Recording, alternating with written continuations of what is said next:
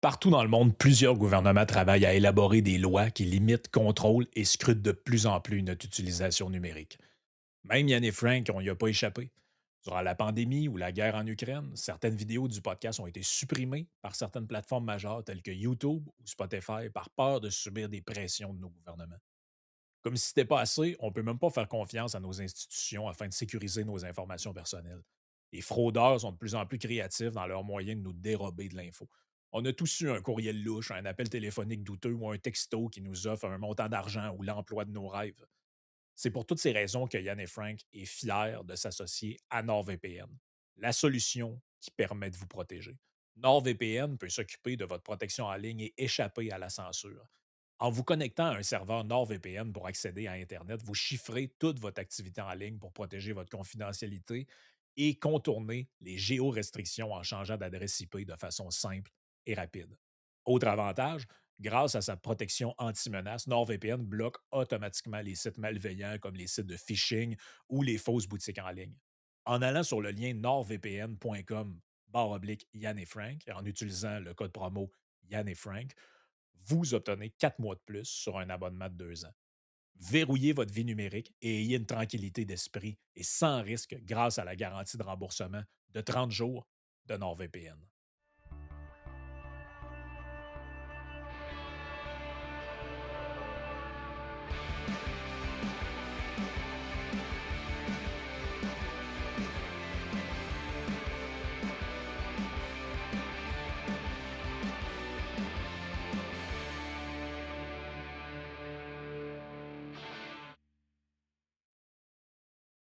Bienvenue tout le monde dans le podcast. Écoutez, un petit épisode spécial aujourd'hui qu'on enregistre. En réalité, vous écoutez ça lundi midi, lundi matin, mais on est samedi le 14 mars. Donc, il est possible que certaines affaires qu'on va dire seront plus à jour parce qu'on parle d'une guerre, d'une intervention militaire. Il y a des nouveaux éléments qui, même au moment où on se parlait en préparation de l'émission, tu me disais, il y a 6 militaires américains qui ont été, qui ont perdu la vie dans cette opération-là. Le Guardian, lui, je voyais un article passer, parle de 13. Fait que tu vois, les informations, finalement, qu'est-ce qu'on va Puis, savoir ce au. qu'on ce qu'on a appris, c'est que c'est un avion ravitailleur. Donc les gros avions citernes qui ravitaillent les avions de chasse là Ouais. avec le tuyau là, c'est ça qui se serait écrasé, en Irak. Exact. Et là, ben, on va essayer d'aborder quelques points de manière succincte là, dans quelques enjeux reliés à cette opération-là. La première, c'est bon, c'est quoi les avantages qu'ont chacun des côtés dans cette guerre-là? Bon, tout le monde le sait, là, il y a une supériorité militaire américaine qui est écrasante. Là. Vous pouvez regarder toutes les métriques, le nombre de soldats, la marine, l'intelligence, les drones, les ci, les ça. Sauf que l'Iran, comme tu me disais, a un pouvoir de nuisance qui est absolument exceptionnel dans son contrôle, notamment de l'énergie. Là. Donc, je pense que c'est bon de remontrer la carte, puisque plein de gens parlent du fameux détroit d'Ormuz, là, mais je ne suis pas sûr que les gens savent. En fait, tu m'as envoyé une petite vidéo tantôt assez drôle où on demandait à des députés français de placer l'Iran sur une carte et ils n'étaient pas capables. Là. Donc, imaginez s'ils ne savent pas c'est où l'Iran, ils ne doivent pas savoir c'est où le détroit dont tout le monde parle à tous les jours. Là. Donc, ça permet aussi de placer mentalement, tu sais, on voit les États qui ont été touchés aussi par des tirs de missiles iraniens lors de la première riposte. Là. On comprend mieux un peu pourquoi. Là. Donc, tout est dans le même coin. Là. C'est pas. Tu sais, on est dans ce coin-là, où le golfe Persique, finalement, on est, tu sais, vous le voyez, là, l'Irak est ici, le Koweït, le Qatar, le Bahreïn, le Oman, l'Arabie Saoudite. Donc, Tout est proche et puis tout est proche. Et là, ben, ce que tout le monde craignait qui arrive est un peu en train d'arriver, c'est-à-dire que les Iraniens sont en train de bloquer carrément le détroit d'Ormuz, malgré que Trump s'est inventé, disons, on a coulé tous leurs bateaux, puis ils n'ont plus de bateaux, ils n'ont plus rien. Mais là, l'enjeu, leur gros pouvoir de nuisance, et je pense qu'ils le savent, c'est qu'ils contrôlent ce coin-là et ça fait caracoler les prix de l'essence. Et là, ben, l'Américain moyen, lui, il se dit, moi, est-ce que ça me tente de payer 2-3 piastres de plus le gallon éventuellement pour une guerre que je ne sais même pas qu'est-ce qu'on fout là? Euh, fait que c'est un peu ça, là. ouais. Ben, tu vois, c'est ça, le détroit d'Ormuz, on le voit bien sur la carte, c'est très, très, très étroit. Puis même si la marine iranienne a probablement été entièrement coulée, i je veux dire, il suffit d'avoir des camions avec des missiles, de l'artillerie, puis c'est possible là de canarder, n'importe quel bateau qui transiterait, dans ce détroit-là. Puis, tu as 20 de la production du pétrole mondial qui transite par là. Fait qu'inévitablement, ça a des impacts sur le prix du baril de pétrole qui a beaucoup oscillé au cours des 2 dernières semaines, là. Au début du conflit, ça montait au-dessus de 100. Après ça, ça a rebaissé à 80.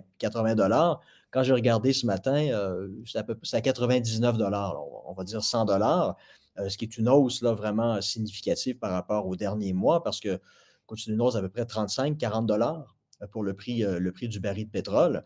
Puis bon, on peut penser que ça va continuer à augmenter là.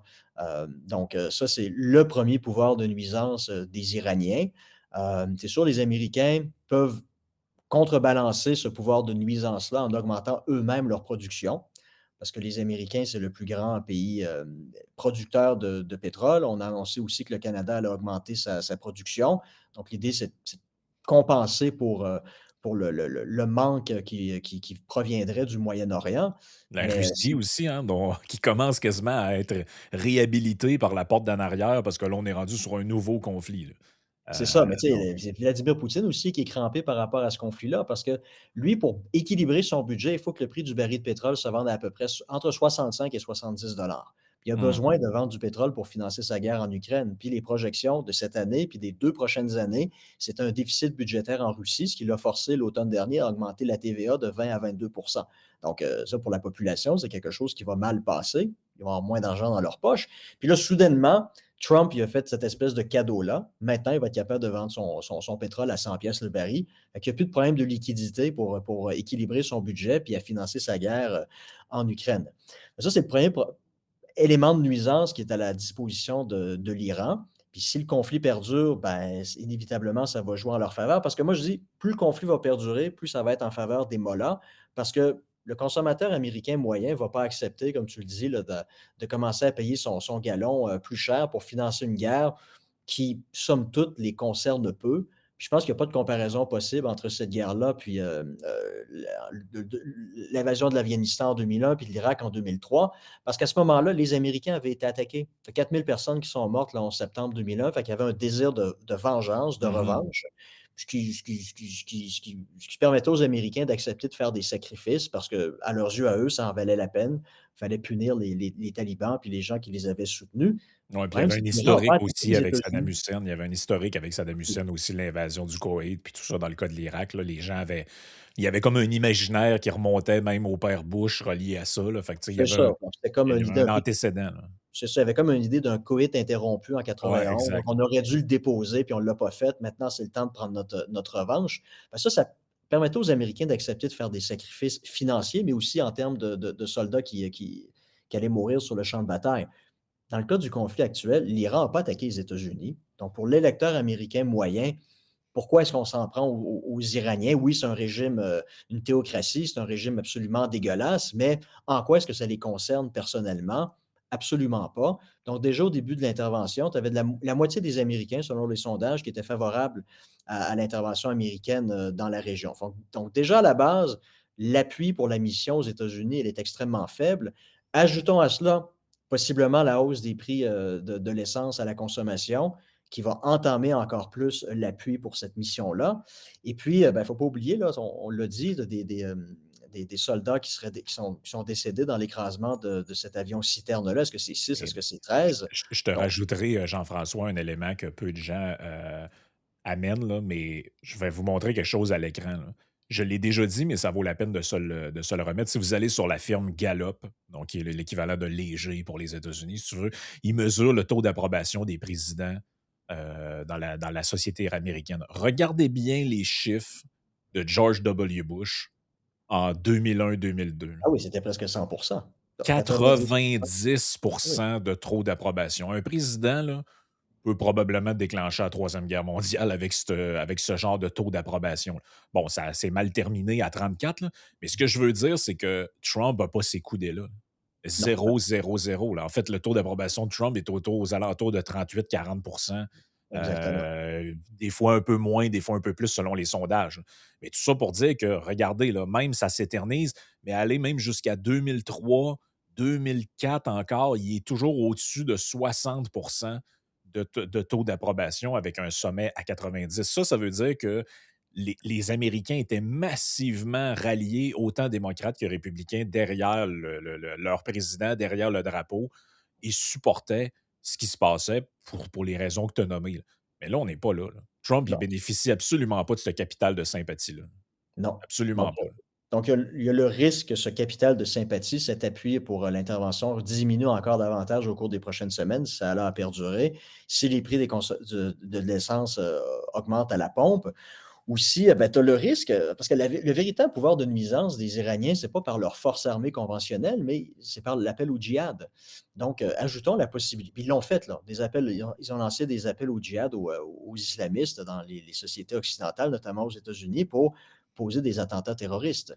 Donc si en prime de la hausse des prix de la consommation, de l'essence, vous avez des gens qui commencent à se faire assassiner dans la rue par des voitures béliers en marchant sur le trottoir, ça risque d'entamer encore plus l'appui à cette mission-là et ajoutons à ça le fait que vous avez des soldats américains qui sont morts, là, puis il y en a d'autres qui vont continuer à mourir dans le cadre de ce conflit-là. Donc il y en a déjà, selon mon calcul, il y en a déjà 7 qui ont été tués par des frappes de drones sur des bases américaines dans la région.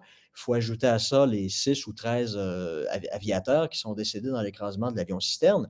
Donc, ça, là, les Américains, puis ça a été la même chose au Canada avec la mission en Afghanistan. Quand des soldats reviennent en quatre planches avec le drapeau là, sur le cercueil, ça entame toujours l'appui à une intervention. Donc, le temps joue en faveur des mollahs. Et puis le problème, c'est que le régime, qu'on le veuille ou non, est résilient. Peut-être que Trump s'attendait à ce que le régime allait s'effondrer en l'espace de quelques jours, mais ce n'est pas le cas. Même s'il a décapité le régime, le guide suprême a été tué, les chefs de Mmh. l'état-major ont été tués au même moment lorsqu'il y a eu la frappe contre Khamenei. Ben, ils ont été remplacés. Ceux qui les ont remplacés ont aussi été tués. Ces gens-là qui ont été tués ont été remplacés par d'autres. Donc, il y aura toujours des remplaçants pour prendre la relève de ceux qui ont été tués. Et puis, les Iraniens savent que c'est à leur avantage de faire perdurer le conflit autant que possible parce que le temps joue en leur faveur. Donc, maintenant, moi, je pense que Trump a manqué sa fenêtre d'opportunité. S'il voulait vraiment faire un changement de régime, ça aurait dû être fait en janvier. L'opération militaire aurait dû avoir lieu en janvier, quand vous aviez des dizaines et des Ouais. dizaines de milliers d'Iraniens dans la rue qui en appelaient au renversement du régime. Trump, à ce moment-là, avait promis d'intervenir, ce qu'il n'a pas fait. Donc, il y a encore plus de gens qui sont descendus dans la rue suite à cette promesse-là. Puis la conséquence, c'est que vous en avez les estimations, à peu près 30 000 qui ont été tués par les gardiens de la Révolution. Donc là, maintenant, ces gens-là, 2 mois plus tard, il y a pas d'Iraniens dans la rue, là. Il y a des frappes, le régime est décapité, mais les Iraniens ne sortent pas. Les Iraniens, puis légitimement, ils ont la chienne de sortir parce qu'ils se disent: «Ben, si on sort nous aussi, comme l'ont fait nos frères ou nos cousins il y a 2 mois, on risque de finir comme eux». Donc l'idée qu'il puisse y avoir un changement de régime, plus le conflit perdure, moins cette Ouais. possibilité-là semble être crédible. Donc Est-ce c'est pour ça que que je dis que le temps joue en faveur des mollahs ouais. sur différents points de vue. Est-ce que notre perception, puis là, j'élargis un peu de l'Iran, là, mais parce qu'on pourrait parler de n'importe quel conflit, là. Est-ce que notre perception de ce qui se passe dans le monde est déformée par ce qu'on appelle les diasporas, là? C'est-à-dire, tu sais, tu regardes un peu ce qui se passait à Cuba, les Cubains qui vivent pas à Cuba, mais qui vivent, par exemple, aux États-Unis, sont tous très heureux, puis oui, il faut que le régime tombe. Les Iraniens, on l'a vu dans les rues de Montréal et de Toronto, des Canadiens d'origine iranienne qui ont émigré ici, se promenaient dans les rues avec des drapeaux de l'Iran, puis chantaient, puis disaient qu'il fallait que le régime tombe, tout ça. Les Canadiens d'origine israélienne, bon, semblent tous être très alignés avec Israël, mais si tu vas dans la politique domestique, Netanyahou est extrêmement contesté par Ah les oui. citoyens. Donc, est-ce qu'on a j'ai l'impression que dans le cas iranien, c'est un peu ça aussi. Là, tu sais, c'est que là, on nous présente une diaspora iranienne dans le monde que c'est comme le party pour eux au sens où, tu sais, ah oui, ça va tomber, tout ça. Puis lui, ils ont tous l'air de triper sur le fils du chat. Là. Mais moi, ma question que je me pose, c'est si on pouvait aller là-bas, est-ce que c'est est-ce que c'est vraiment ça que les gens pensent ou ça, c'est la perception qu'on a déformée un peu des comme on a pour les Cubains, là? Et donc Ouais, ben, les Cubains à Miami qui se sont sauvés sont tous anticommunistes, sont tous évidemment. anticastristes, tout ça, mais les Cubains qui vivent sur l'île, est-ce qu'ils le sont autant? C'est la question que je me pose, moi. Ben, écoute, je peux parler pour les Cubains, mais je parler dans le cas de l'Iran. L'Arménie est un pays limitrophe, à l'Iran. Moi, j'ai un collègue qui est iranien, qui a beaucoup de contacts, en Iran. Il s'y rend régulièrement, plus maintenant évidemment, mais il s'y rendait régulièrement. Il a consacré toutes ses recherches sur la question iranienne et lui, là, son constat est le suivant: vous avez une immense majorité de la population iranienne qui est contre le régime des mollahs. Il dit en réalité, là, la base, là, les irréductibles, les gens qui sont prêts à se battre jusqu'à la mort pour défendre le régime en place, il dit que ce serait entre de l'ordre de 5 à 15. Puis 15, c'est un chiffre qui est assez généreux, donc lui, c'est probablement entre 5 et 10 de gens, des hardcore qui sont prêts à mourir pour le régime. Donc ces gens-là, c'est les gardiens de la révolution. Vous allez me dire, bon, ben, c'est juste 5 à 10 de la population, pourquoi est-ce que le reste de la population ne descend pas dans la rue pour renverser le régime? Deux problèmes. Premier problème, c'est cette minorité-là qui a le monopole de la puissance, de la violence, de Ben la oui, violence. C'est eux qui ont les armes, qui ont les guns, puis ils l'ont montré en janvier. c'est eux qui Ils sont dans hésitent la pas à se police, dans l'armée, dans tout ce que tu c'est veux, là. ça. Ces gens-là, ils hésitent pas à se servir de leurs armes pour tuer les manifestants. Puis 2e chose, c'est, un peu mon, ça m'a sorti, ça m'a sorti, ma deuxième idée m'est sortie de l'esprit, hem, Ben, mais, c'est ça, donc il y a une base, de gens de 5 à 10 qui veulent c'est ça, rien oui. savoir d'un changement de régime. C'est ça. Donc, le deuxième point, c'est si vous transposez ce pourcentage-là sur la population iranienne, vous avez 90-92 millions d'Iraniens. Et 10 de 90 millions de personnes, ça fait 9 millions de personnes là, qui ont des guns, qui sont prêts à s'en servir. Fait qu'imaginez la possibilité que Non, non, les c'est ça. États-Unis envoient des troupes sur le terrain, des boots on the ground. Donc, il faudrait donc l'armée américaine ferait face potentiellement à une opposition armée, déterminée, de gens qui sont prêts à mourir, de 8 à 9 millions, peut-être 10. On va faire des Ouais, chiffrons, 10 millions de personnes. Ça fait du monde ça là. Puis même s'ils réussissaient à renverser le régime, il y aurait la même chose qui s'est passée en Irak en 2003. Ces gens-là deviendraient des troupes de guérilla, puis il y aurait une espèce de guerre civile. Et puis ces gens-là, ben, ils mettraient des bombes improvisées sur le bord des routes, puis ils tueraient les soldats américains. Donc en sachant ça, ça place encore les États-Unis devant un dilemme. On sait très bien que à l'heure actuelle, s'ils se contentent simplement de faire des frappes aériennes contre l'Iran, ça ne va pas mener à un changement de régime. Pour qu'il y ait véritablement un changement de régime, il faudrait que les Américains envoient des troupes au sol. Bon, ils réussiraient peut-être à renverser le régime, mais il y aurait les conséquences qui viendraient par la suite. Puis on se souvient de ce qui s'est passé en Afghanistan puis en Irak. Tu ne peux pas, même la force armée la mieux armée au monde, qui a la meilleure technologie, ne peut pas vaincre aussi facilement non, c'est ça. des troupes de guérilla qui sont tapis dans l'ombre, qui posent des bombes improvisées à gauche et à droite, en sachant très bien qu'ils ont juste à tuer 4 000 à 5 000 soldats étrangers pour que ça renverse complètement l'opinion publique en faveur de la mission. Donc, Trump est placé Ouais. devant un dilemme. Il ne peut pas renverser le régime juste avec des frappes aériennes, puis s'il veut renverser le régime, il doit envoyer des troupes au sol en sachant très bien les conséquences qui pourraient en découler. Donc, ça rajoute là, une pièce au puzzle qui complexifie encore plus Mmh. la prise de décision à Washington.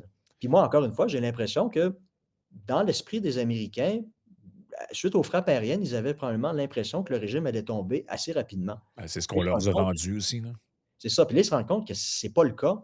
Puis là, c'est le piège de l'enlisement. Mmh. Le problème, c'est que Trump, il a dit son objectif, c'était de renverser le régime.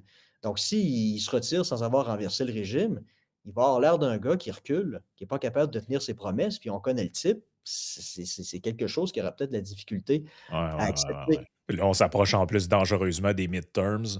Ben, justement, glissons vers parce que veux pas si l'impact de ça, bon, là, tout le monde parle de l'essence puis tout ça, là, moi, je pense que c'est comme à chaque fois qu'il arrive quelque chose là-dessus, c'est un problème qui risque d'être plutôt à court et moyen terme qu'à long terme, là. Ça sera plus ça l'enjeu majeur comme, tu sais, je veux dire, au début de l'intervention en Afghanistan ou en Irak, ça a eu un impact majeur sur le pétrole, puis après ça, ça finit par, tu Même chose avec l'Ukraine, tout ça. Donc ça, c'est le choc. Là. Il y a un choc qui arrive, Initial, là. il y a un Ouais. choc initial, puis à un moment donné, le système finit par absorber le choc, puis on retourne à des niveaux plus normaux. Par contre, l'impact que ça va avoir si on se ramène en Amérique du Nord, parce que c'est ce qui nous concerne un peu, même si on n'est pas américain, parce qu'on est collé là-dessus, c'est l'impact que ça a sur la politique domestique américaine. On parlait des taux d'approbation de Bush tout à l'heure. Quand tu vas sur le site de Pew Research, qui est un autre firme de sondage américaine, quand on pose la question Do Republicans in Congress have an obligation to support Trump? Donc, et ça, quand tu poses la question aux républicains, Mmh. donc les républicains, par rapport à l'année passée, plus ou moins pareille date, 44 d'entre eux, donc près de la moitié, disaient oui, les gens du Congrès devraient faire ce que Trump dit de faire. On a baissé à 38 en janvier 2026, Oui, en avant, janvier. avant l'intervention. Donc là, ça va être intéressant de voir les chiffres, là, mais ce que ça veut dire, c'est qu'il y a maintenant une majorité de républicains qui disent non, on n'est pas obligé de Obligé de faire suivre. ce que Trump veut. Et quand tu regardes un peu à l'échelle nationale, là, Republican support for Trump agenda has declined over the last year. Et là, on était à 35, on est rendu à 27 au total, là, quand on inclut OK. les deux familles politiques. Là. Donc Donc, il y a eu donc il y a une lente érosion de l'unité au sein du mouvement MAGA. Puis le problème, c'est que Trump, vous vous souviendrez, pendant la campagne présidentielle, il avait promis «America first, on arrête de s'impliquer dans des conflits à l'étranger, on se concentre sur la politique domestique américaine, la lutte contre mais, l'inflation, la lutte contre le chômage». C'est ça qu'il avait promis. mais Puis la vous avez fameuse, la la, la- la- fameuse la je sais fameuse pas si tu te citation de rappelles l'image qui circulait, c'était Vance avec Trump, puis la pub, c'était genre de Ticket for Peace ou quelque chose comme ça. C'est Là. ça. Écoute, il y a une citation de J.D. Vance en 2024, je la cite: «If you want your kid to go and fight in some stupid globalist war, vote for Joe Biden». Donc si vous voulez que votre fils, aille mourir dans une guerre stupide des globalistes, votez pour Joe Biden. Ça, c'est ce que J.D. Vance disait en 2024. Donc, il a vendu sa candidature comme étant: «C'est America first, on ne va pas intervenir partout dans le monde et laisser des soldats américains mourir. Notre priorité, c'est les États-Unis et uniquement les États-Unis». Or, depuis qu'il est arrivé au pouvoir, ben, il s'implique dans des conflits à l'étranger, pas simplement par le biais de la négociation, comme ça a été le cas avec la Russie et l'Ukraine ou d'autres conflits, mais on l'a vu au Venezuela. Là, maintenant, c'est en Iran. Là, les gens, Tucker Carlson, par exemple, qui lui reproche d'avoir brisé ses promesses. Ouais. Puis je pense que Tucker Carlson, c'est quand même un type qui a de l'influence aux États-Unis. Marjorie Taylor Greene, qui est une représentante républicaine qui a annoncé qu'elle n'allait pas se représenter au prochain midterms. Donc, il y a une accumulation de gens qui faisaient partie de la colonne vertébrale du mouvement MAGA qui maintenant commencent à critiquer ouvertement Trump. Donc, je pense que ce qu'on voit, de 35 à 27 la diminution, ben, c'est attribuable à ça dans l'esprit de beaucoup d'électeurs MAGA. Trump a simplement brisé ses promesses de la dernière campagne présidentielle. Et puis, le fait est que les midterms s'en viennent, c'est dans quelques mois. Donc, si vous avez un effritement du mouvement MAGA, si vous avez de plus en plus de soldats américains qui reviennent morts de Ouais, cette ou éclopé, intervention puis ouais, en c'est ça. Iran éclopée, si vous avez une hausse des prix à la consommation à la pompe qui augmente, vous avez là vous avez mettez tous ces éléments-là ensemble, puis ça pourrait très bien faire en sorte que les républicains, perdent le contrôle d'au moins une des 2 chambres l'automne prochain, ce qui ferait en sorte que Trump deviendra un lame duck pour le reste de sa présidence. Il n'y aurait plus les coups des franches pour pouvoir, faire, tout ce qu'il veut faire. Donc, je dis pas que les électeurs MAGA qui suivent Tucker Carlson puis Marjorie Taylor Greene vont voter pour les démocrates. Ce que Donc, je ça dis, se c'est peut qu'ils qu'ils restent chez eux, par exemple. vont rester chez eux. Donc, dans des Exact. circonscriptions très, très, très serrées, qui peuvent se jouer par 500 ou 1000 votes, ben, si vous avez, à peu près 10 d'électorat républicain qui décident de rester à la maison, ben ça peut permettre à des démocrates de passer, puis de prendre le contrôle, d'une des 2 chambres, ce qui serait Mais absolument catastrophique pour Mais Trump. ce que je fais apparaître à l'écran depuis quelques instants, là, c'est que pas mal tous les médias, puis là, j'ai pris The Independent, mais vous pouvez chercher Vance Iran sur Google, vous allez trouver 50 articles qui parlent de la même chose. Là. Ce que les reporters disent, c'est que derrière les portes closes, Vance était très opposé à l'opération. En Iran, on dit que la relation entre lui et le président est de plus en plus tendu parce que, C'est puis Vance le prochain. C'est ben, lui c ben dans 2 ans et demi qui devrait normalement, ben, se tu lancer vois, à la c'est ça, c'est que nomination. c'est que moi, je l'ai dit il y a plusieurs mois, puis plein de gens me disaient: «Non, non, non, Rubio l'a déjà dit maintes fois que ça ne l'intéresse pas». Ouais, ça ne l'intéresse pas, mais il a déjà fait la course en C'est ça. 2015-2016. Fait que d'après moi, ça l'intéresse un peu. Et voici, quand on va sur les fameux marchés prédictifs, les tendances actuelles. Regardez les chiffres de Rubio. Oui, il est toujours derrière Vance, mais il est en augmentation de 20. Il était à 7 il n'y a pas si longtemps. Regardez les chiffres, là. Et Ouais. ça, là, à mon avis, c'est lié à quoi? C'est lié en bonne partie au fait que à chaque fois que Trump a eu l'occasion de s'expliquer là-dessus, il a jamais clairement dit que Vance était son dauphin. Il a toujours ouvert la porte à ce que ça pourrait également être Rubio parce que et moi, je pense que Rubio, c'est pas mal celui qui mène cette politique-là. C'était lui au Venezuela. Ouais, à Cuba aussi. On sait que dans un premier temps, Trump avait dit, il y a une citation de lui où on dit qu'il aurait dit à Rubio par rapport au Venezuela, We'll do it my way. C'est-à-dire, tu sais, moi, je vais dealer avec, je vais l'appeler le petit gros au Venezuela, puis je vais lui dire, Maduro, on va faire un deal ensemble. Mais apparemment que Maduro a refusé toutes les propositions de Trump, puis Trump a fini par dire à Rubio, garde, fais donc ce que tu veux. ouais.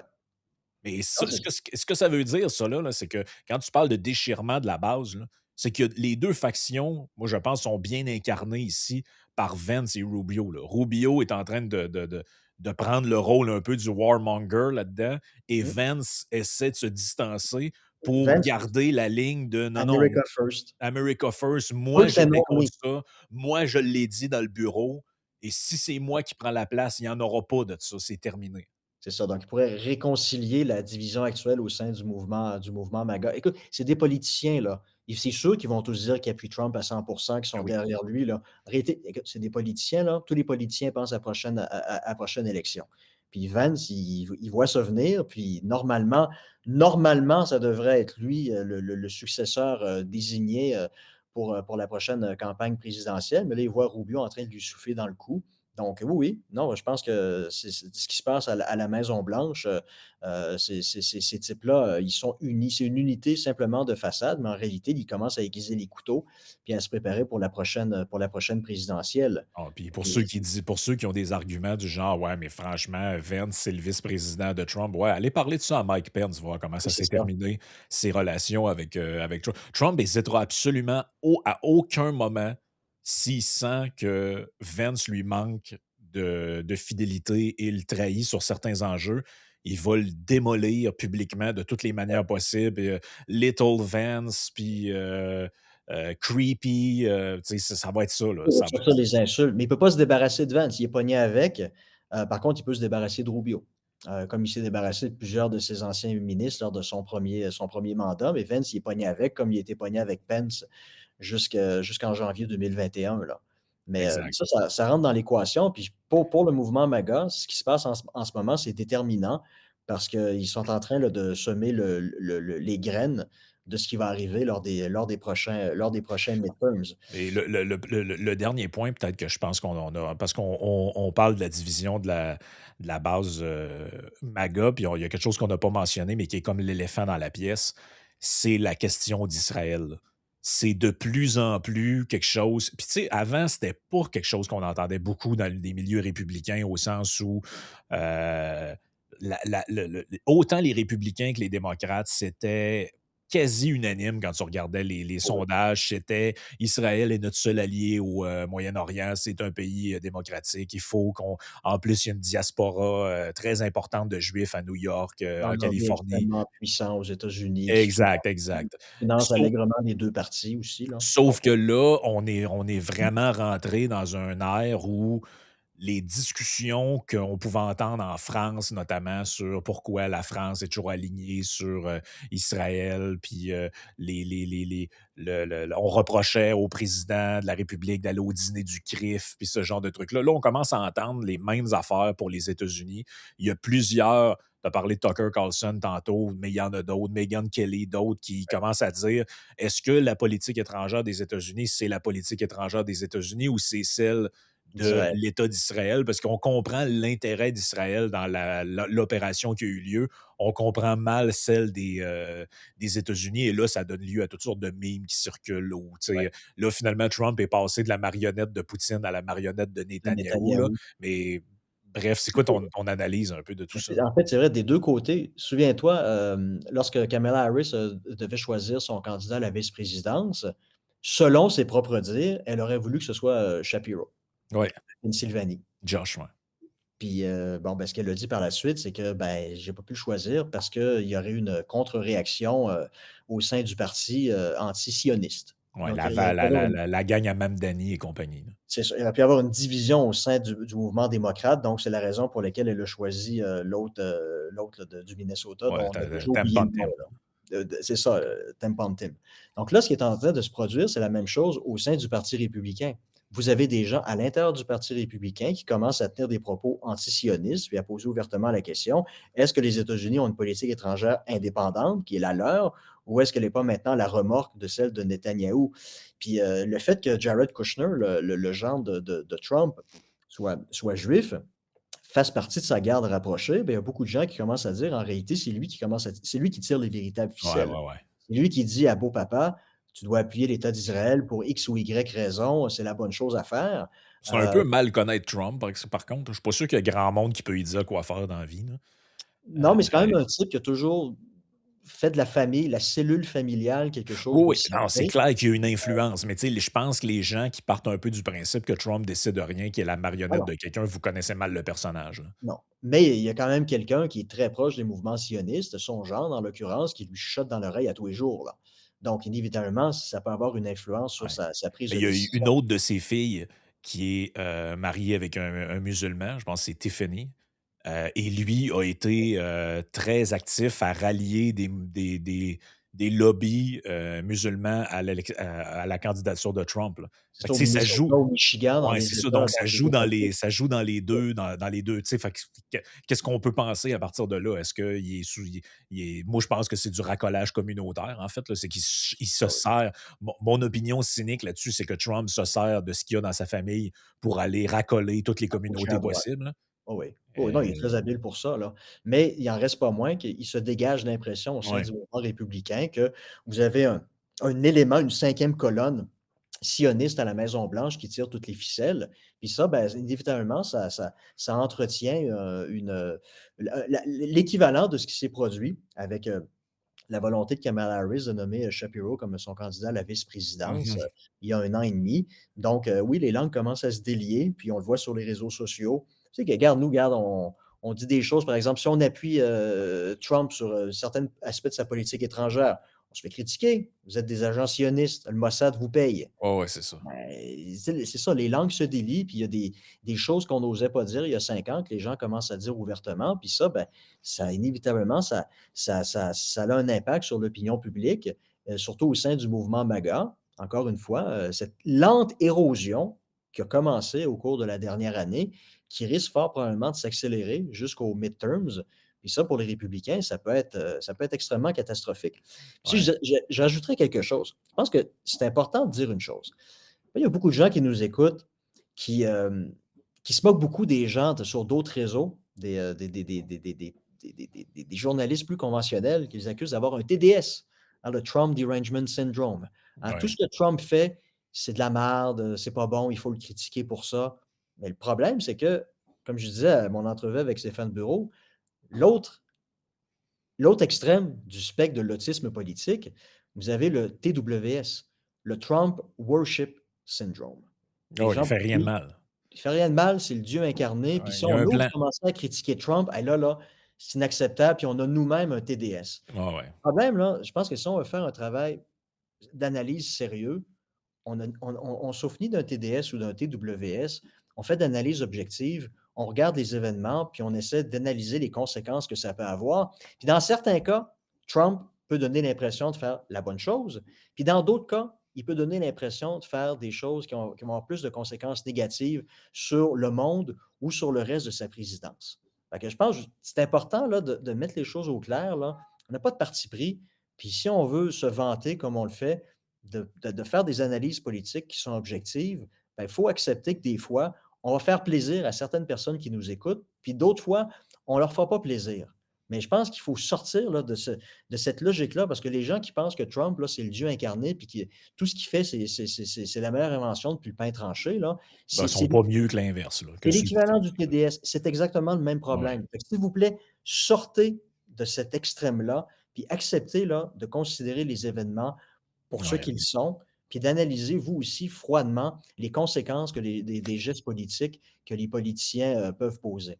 Ben, de toute façon, tu sais, le constat qu'on se la question qu'on se pose, puis que plein d'Américains se posent sur la politique étrangère des États-Unis, c'est quoi le lien avec Israël, tout ça. Savez-vous quoi? C'est le même la même réalité au Canada. Regardez l'ambivalence du gouvernement canadien par rapport à ce qui s'est passé à Gaza.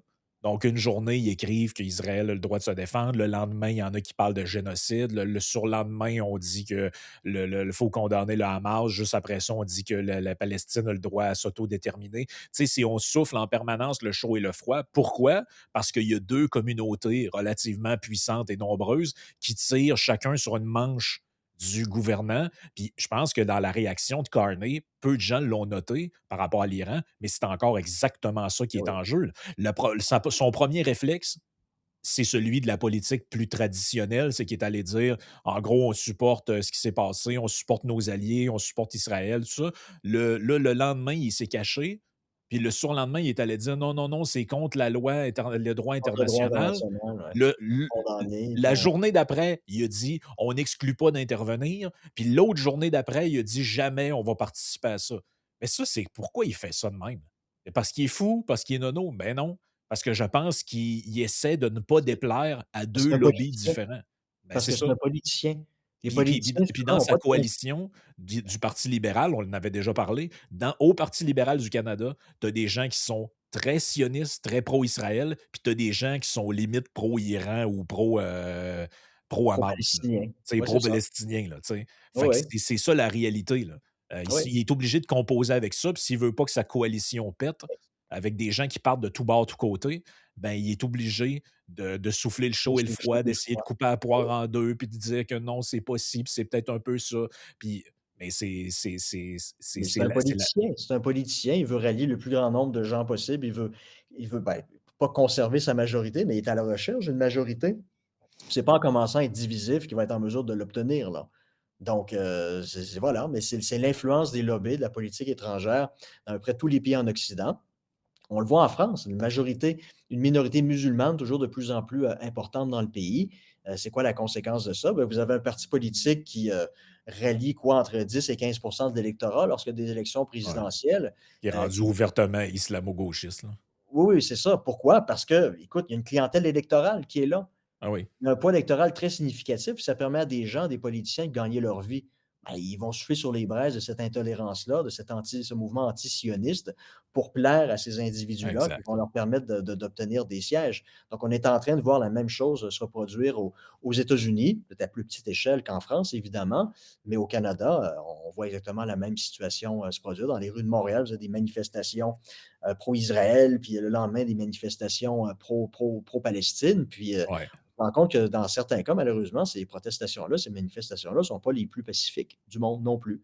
Donc, ça rajoute une couche d'incertitude, chez les politiciens qui doivent, faire beaucoup plus attention lorsqu'il vient le temps de se Ouais. positionner sur des questions comme ça. Mais ça nous force à nous poser des questions extrêmement cyniques, des fois qu'on est c'est ce que je disais d'ailleurs dans mon dernier livre que tu as préfacé. Je posais la question, j'ai dit: «Si, mettons, le Canada avait accueilli au fil des ans une diaspora russe de 4-5 millions de personnes, est-ce que notre position dans le conflit, dans la guerre en Ukraine aurait été la même?» Moi, je pense poser la question, c'est d'y répondre.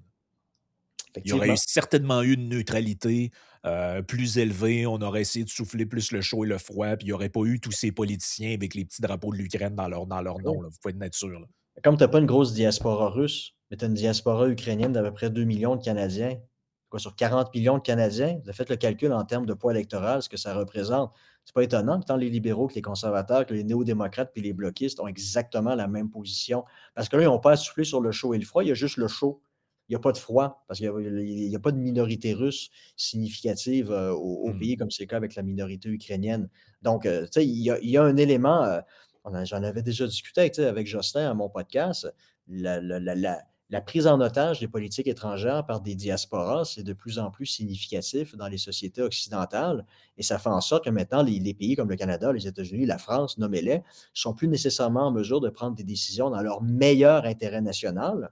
Mais maintenant, les décisions prises par les politiciens sont prises en fonction de leur meilleur intérêt électoral. Ce Ouais, qui fait en sorte que les pays maintenant doivent se prendre des positions, se positionner d'une façon qui peut nuire à leur intérêt national. Puis ça, c'est dommageable. Puis à un moment donné, ben, tu regarde, ces gens-là sont là, tu ne peux plus les expulser, là. Dans bien des cas, ils ont obtenu la citoyenneté, ils sont devenus ouais. citoyens comme toi et moi. Peut-être la question à un moment donné, il va falloir, qu'on se pose des questions sur la loi sur la citoyenneté. Est-ce qu'on veut maintenir, par exemple, le droit du sol? La Est-ce qu'on veut double pas avoir citoyenneté, hein.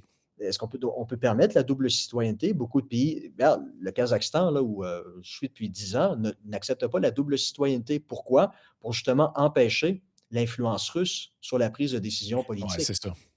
Donc, tu sais, je veux dire, la décision qui a été prise, les gens peuvent dire: «OK, raciste, c'est xénophobe».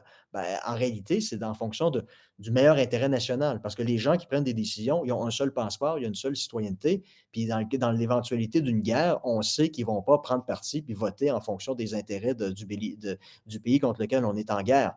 La question de la citoyenneté au Canada, là, à un moment donné, il va falloir que la question soit ouverte. Mmh. On pense peut-être, resserrer les règles d'accession à la citoyenneté. Puis regarde, on le voit très bien, depuis plusieurs années, la situation au Liban. Il y a beaucoup de Canadiens qui ont ici la citoyenneté libanaise. Puis là, tu te retrouves avec le Hezbollah, une situation de conflit dans le pays où vous avez des dizaines de milliers de personnes qui réclament, le droit, d'être pris en charge par l'État canadien pour les rapatrier parce que, Ouais. le pays où ils se trouvent sont en guerre. Oui, mais c'est André Arthur qui avait posé la question à l'époque à la télévision. Je me souviens, un débat avec Denis Coderre. André Arthur disait: «Ces gens-là ne sont pas canadiens. Ils sont libanais. Ils ont peut-être le passeport canadien, mais ça fait 20-30 ans qu'ils habitent au Liban, puis ils reviennent juste au Canada une fois ou 5 ans. Il faut se le dire, ce ne sont pas des Canadiens, ce sont des Libanais, puis on n'a pas à les aider». Puis Nicolas, ben, qui était, je pense, ministre de la citoyenneté à l'époque, tu sais, il était parti, il était entré en colère contre lui, puis il dit: «On ne va pas faire de la ségrégation». André Arthur qui est pas lui-même libanais d'origine d'ailleurs, Non, c'est c'est quand même ça, très tu sais. drôle. Ouais, ouais. Arménien, Arménien, c'est vrai, arménien, ben oui, c'est ça, d'origine. Son père a changé son nom pour son le père a le changé son nom pour identifier. Arthur, mais c'était, Tu sais, Azikan ou quelque chose comme c'est ça. ça. On peut critiquer André Arthur à l'époque pour avoir tenu ce discours-là, mais le fait est qu'on doit distinguer la forme du fond. Sur le fond, maintenant, on se rend compte que la question de la double citoyenneté, ça crée des situations de double allégeance qui font en sorte que ça fait une pression électorale sur les politiciens et que ça peut les amener à poser des gestes qui ne sont pas nécessairement en fonction du Ben, on meilleur le intérêt voit là, tu sais, national. le cas israélo-palestinien est particulièrement patent là-dessus, là. C'est-à-dire qu'on le voit que autant dans une communauté que dans l'autre, il y a une obsession pour cette question-là. Puis même s'ils sont nés ici, que sont canadiens sur le papier, tout ça, ils n'ont que ça en tête, ils ne pensent qu'à ça. Tu sais, en réalité, leurs pieds sont ici, leurs papiers sont ici, mais leur cœur et leur tête est là-bas. Oui, c'est Donc, ça. Donc, je tu sais, pense pour c'est ça l'enjeu, là. le meilleur exemple au Québec, pour ne pas la nommer, c'est Ruba Gazal. Tu sais, qui c'était à peu près, tout ce qu'elle Ouais, écrivait sur les réseaux sociaux, c'était et pro-Palestine, la pro-Palestine, Rima Hassan pro-Moyen-Orient du tout Québec, là. aussi. Et en France, Rima Hassan, qui était la tête de liste de la France insoumise aux dernières élections européennes, elle ne fait que parler de ça. C'est son seul sujet politique. Elle ne Ouais, parle que de ça. Elle va à la télévision, puis les journalistes lui posent des questions sur l'inflation, non, puis le décrochage scolaire. Elle a absolument aucune idée de ce qui se passe en France. Elle, sa seule préoccupation, c'est avec son kéfier sur les épaules, c'est parler de la situation au Moyen-Orient et de prendre la ouais. défense, de la Palestine. Au Ça, Québec, on a en soi Boisy aussi qui est comme ça, là, tu sais, oui, c'est c'est ça. à chaque Donc fois ça qu'on entend parler de lui, c'est pour 2 affaires, là, c'est parler de Gaza ou ben, pour se plaindre qu'il a été victime de quelque chose. ou été victime de racisme à l'Assemblée nationale parce que ses collègues ne sont pas gentils avec lui, là. Mais donc, ça, c'est un problème en soi, là. Puis je pense qu'il faut le réaliser. Puis, tu sais, je suis pas en train de dire qu'il faut enlever la citoyenneté à ces gens-là puis les renvoyer chez eux, là. Mais je pense qu'encore une fois, il pourrait y avoir un débat ouvert, honnête, autour de cette question-là, puis analyser les tenants aboutissants, les aspects positifs et négatifs de ces doubles citoyennetés-là, puis l'impact que ça peut avoir sur la prise de décision politique. Puis le cas échéant, prendre des décisions qui Ouais, ouais, ouais. s'imposent en fonction du meilleur intérêt national. qui devrait être la seule préoccupation des politiciens qui nous gouvernent. Ouais, malheureusement, puis ça a l'air d'être quelque chose qui est difficile à comprendre pour bien des gens parce qu'à chaque fois que je parle de choses comme ça, les gens me répondent des phrases du genre: «Tu penses vraiment qu'il ferait ça juste pour être réélu?» Oui, Oui, c'est pas mal la mécanique du pouvoir, là. Tu peux remonter jusqu'à Machiavel, c'est pas mal ça. Oui, il ferait ça juste pour être réélu. c'est ça, parce que C'est dans l'immense majorité des cas, là, les politiciens, là, au Québec, là, c'est la meilleure job qu'ils auront jamais dans leur vie. Meilleure job, la plus payante qu'ils auront jamais dans Ah leur oui, vie. et la plus Heu, influente surtout, là. C'est j'espère qu'au oui, tu ça sais leur donne de l'importance Ben oui, aussi. faut pas sous-estimer. Des fois, on sous-estime je vais conclure là-dessus, là, mais on sous-estime à quel point l'humain est une machine qui répond à des incitatifs comme la reconnaissance sociale puis ce genre de choses-là. Tu sais, on pense souvent à l'argent, peut-être: «Ouais, mais avant, il a bien réussi dans le privé». Ouais, mais avant, quand il était dans le privé, là, puis il allait manger sur la grande allée, là, il y a pas de serveuse ou de serveur qui arrivait faisant: «Oh mon Dieu, monsieur le ministre, est-ce que tout est Prendre une beau? photo avec vous, Je votre vais prendre une autographe. photo avec vous, puis avez-vous une chambre d'hôtel? Je suis» tu sais? Il faut pas sous-estimer Oh, le les l'importance du statut social dans ce Ben genre oui. de truc-là. Écoute, on en a déjà discuté quand on faisait des dialogues, tu sais. Platon, quand il faisait la distinction entre les types, d'âmes ou les Mmh. motivations des gens, Oui. il dit: «Les gens qui ont une âme axée autour du logos», alors c'est défendre s'intéresser à la justice, mettre en place la justice, c'est les rois philosophes. C'est une petite minorité de gens, c'est leur seule préoccupation et c'est discuter et penser à ça qui leur procure du plaisir. Pour l'immense majorité des gens, c'est les 2 autres types d'âmes, l'épithumia ou l'éros, puis dans le deuxième cas, le thumos, donc la reconnaissance. Donc, vous avez peut-être 90 de la population, tu leur demandes de prendre une décision, ça va être en fonction de leur plaisir, leur bonheur matériel ou leur bonheur charnel. Puis dans un autre cas, ça va être des gens qui vont prendre des décisions en fonction de la reconnaissance qu'une certaine initiative, certaine action va pouvoir leur procurer. Donc, les politiciens sont là pour la reconnaissance, le thumos, puis pour rester au pouvoir, ben, ils vont promettre mer et monde à la Ah oui, ben population, oui, ben, pour un virement Interac de 500 le lendemain de l'élection. Ah ben, ça va augmenter mon bonheur matériel. Donc, tu sais, au final, là, vous avez en fait, c'est ça la démocratie. ben oui, Puis ça a été théorisé comme ça il y a 2500 ans par Platon, puis c'est la raison pour laquelle on le lit encore aujourd'hui, parce que ce qu'il avait affirmé à l'époque s'applique encore aujourd'hui lorsqu'on regarde le fonctionnement des sociétés démocratiques. absolument. Merci beaucoup, Jean-François. On va suivre ce qui se passe, c'est quasiment au jour le jour, mais on n'en parle pas tous les jours dans le podcast parce que maintenant, je ne veux pas parler de l'Iran puis des conflits géopolitiques à tous les jours, mais je pense que il est particulièrement important celui-là parce qu'à mon avis, il peut faire bouger les plaques tectoniques de la politique américaine. C'est ce qu'on va suivre dans les prochains mois, dans les prochaines semaines. Au plaisir de se reparler. Merci, salut. Salut.